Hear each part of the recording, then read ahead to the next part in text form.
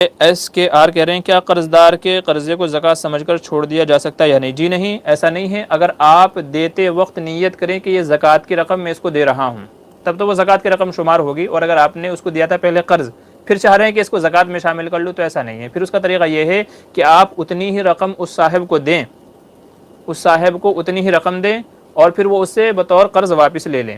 تو یہ تو ہو سکتا ہے کہ آپ بطور زکوٰۃ کے، اگر وہ زکوٰۃ کا مستحق ہے سامنے والا، آپ نے قرض دے دیا، اب آپ چاہتے ہیں کہ اس کو زکوٰۃ میں شمار کر لیں، تو اس کا طریقہ یہ ہے کہ جو دے دی ہے آپ نے وہ تو زکوٰۃ میں شمار نہیں ہوگی، چونکہ اس وقت آپ کی نیت نہیں تھی۔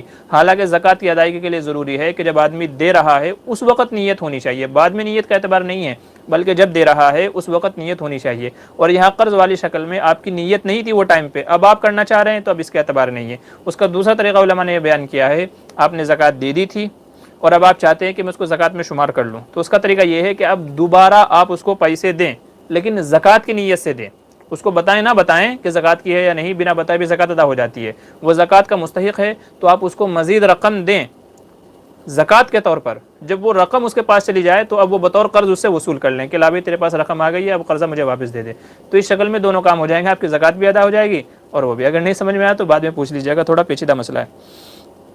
اچھا، ایس کے آر کا دوسرا سوال ہے، السلام علیکم ورحمۃ اللہ وبرکاتہ، امید ہے کہ بخیر۔ جی الحمدللہ عافیت ہے۔ محمد ساجد، قرض دار زکوٰۃ لے سکتا ہے؟ جی اگر اس کے اوپر اتنا قرضہ ہے کہ اپنے سارے اثاثے بیچ کر کے، زمین پراپرٹی وغیرہ بیچ کر کے، جو دوسری اس کے پاس ضروریات ہے، اگر ان سب کو بیچ کر کے بھی زکوٰۃ ادا نہیں کر سکتا، قرض ادا نہیں کر سکتا، تو پھر ایسا قرض دار بھی زکوٰۃ لے سکتا ہے۔ تو جو قرض ادا نہیں کر سکتا ہے تو ایسے مقروض کے لیے بھی زکوٰۃ لینا جائز ہے۔